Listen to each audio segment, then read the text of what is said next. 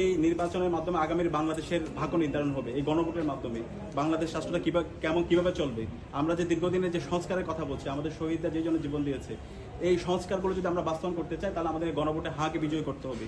সুতরাং 12ই জানুয়ারি যে নির্বাচন হতে যাচ্ছে, এই নির্বাচনটি এটার দিকে সারা বাংলাদেশের সকল নাগরিকরা তাকিয়ে আছে, সারা বিশ্বব্যাপী তাকিয়ে আছে।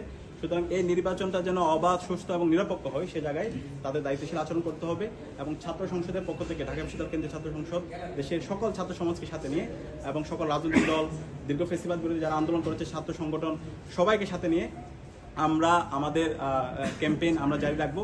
আমরা ইতিমধ্যে আমরা আপনাদেরকে বলেছি, এই নির্বাচনের মাধ্যমে আগামীর বাংলাদেশের ভাগ্য নির্ধারণ হবে। এই গণভোটের মাধ্যমে বাংলাদেশ রাষ্ট্রটা কিভাবে চলবে। আমরা যে দীর্ঘদিনের যে সংস্কারের কথা বলছি, আমাদের শহীদরা যে জন্য জীবন দিয়েছে, এই সংস্কারগুলো যদি আমরা বাস্তবায়ন করতে চাই, তাহলে আমাদের গণভোটে হাঁকে বিজয় করতে হবে। সুতরাং এই গণভোটের পক্ষে ঢাকা বিশ্ববিদ্যালয় কেন্দ্রীয় ছাত্র সংসদ, ঢাকা বিশ্ববিদ্যালয় সহ বাংলাদেশের সকল শিক্ষা প্রতিষ্ঠানগুলোতে এবং সারা দেশব্যাপী আমরা ক্যাম্পেইন করব। এবং মাসব্যাপী ক্যাম্পেইনের ঘোষণা আগামীকাল আপনারা আমাদের প্রেস ব্রিফিংয়ের মাধ্যমে আপনারা জানতে পাবেন।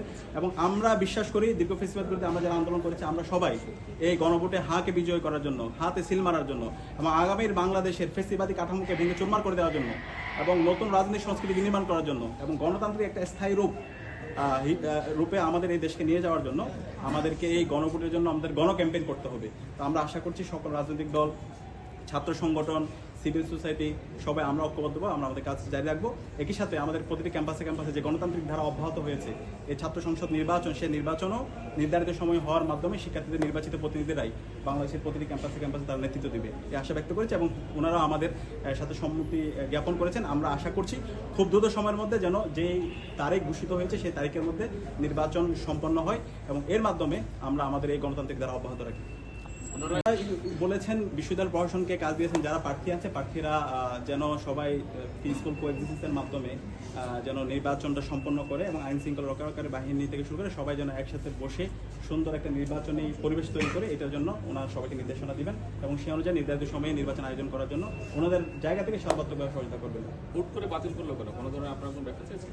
আমরা বলেছি এই সকল সিদ্ধান্তগুলো নেওয়ার ক্ষেত্রে অবশ্যই সকল অংশীজনদের সাথে কথা বলা এবং জনগণের যে আস্থা তৈরি হয়েছে, সেই যেন আস্থার সংকট তৈরি না হয়, এই বিষয়গুলো খেয়াল রাখার প্রতি আমরা তাদেরকে দৃষ্টি আকর্ষণ করি। সেই প্রজ্ঞাপনকে কেন্দ্র করে যে সমস্যাগুলো তৈরি হয়েছে সেগুলো নিয়ে আমরা কথা বলার জন্য এসেছিলাম। মূলত আমরা বারবার বলে এসেছি যে বাংলাদেশ এখন একটা ডেমোক্রেটিক ট্রানজিশনের ভেতর দিয়ে যাওয়ার কথা, অর্থাৎ গণতান্ত্রিক যে সমস্ত চর্চা, সেই চর্চাগুলো হওয়ার কথা। কিন্তু দুঃখজনকভাবে আমরা দেখেছি যে গতকালকে যে প্রজ্ঞাপন, এই প্রজ্ঞাপনের পরে কিছু জায়গায় ধোঁয়াশা তৈরি হয়েছে। আমরা মনে করি যে বিশ্ববিদ্যালয় ছাত্র সংসদ যে নির্বাচনগুলো হওয়ার কথা, যেগুলো ডেট ঘোষণা করা হয়েছিল, বিশেষ করে শাহজালাল বিজ্ঞান ও প্রযুক্তি বিশ্ববিদ্যালয়ের যে ডেট ঘোষণা করা হয়েছিল, সেটার ব্যাপারে যে ধোঁয়াশা তৈরি হয়েছে সেটার বিষয়ে আমরা কথা বলতে এসেছিলাম। আমরা দেখেছি যে শিক্ষার্থীরা ক্যাম্পাসে আন্দোলন করেছেন এবং সেটার উপর ভিত্তি করে আমরা তাদের মতামত নিয়ে অন্যান্য স্টেক হোল্ডার যারা রয়েছেন তাদের সাথে কথা বলে আমরা আজকে নির্বাচন কমিশনের সাথে কথা বলতে এসেছিলাম এবং আমরা আশ্বস্ত হয়েছি যে যে বিষয়গুলোতে তারা কনসার্ন, সেই কনসার্নগুলো রিজলভ করার পরে যেই ডেট, সেই ডেটেই আমরা আশা করছি তারা যে প্রতিশ্রুতি দিয়েছেন যে সেই ডেটেই নির্বাচন হতে পারে এবং হতে যাচ্ছে, এইটাই আমরা আশা করেছি এবং তারা এই ধরনের কমিটমেন্ট দিয়েছেন। তো এই বিষয়ে বিস্তারিত ব্রিফ করার জন্য অনুরোধ করছি ডাকসুর সম্মানিত ভিপি সাদিক খানকে।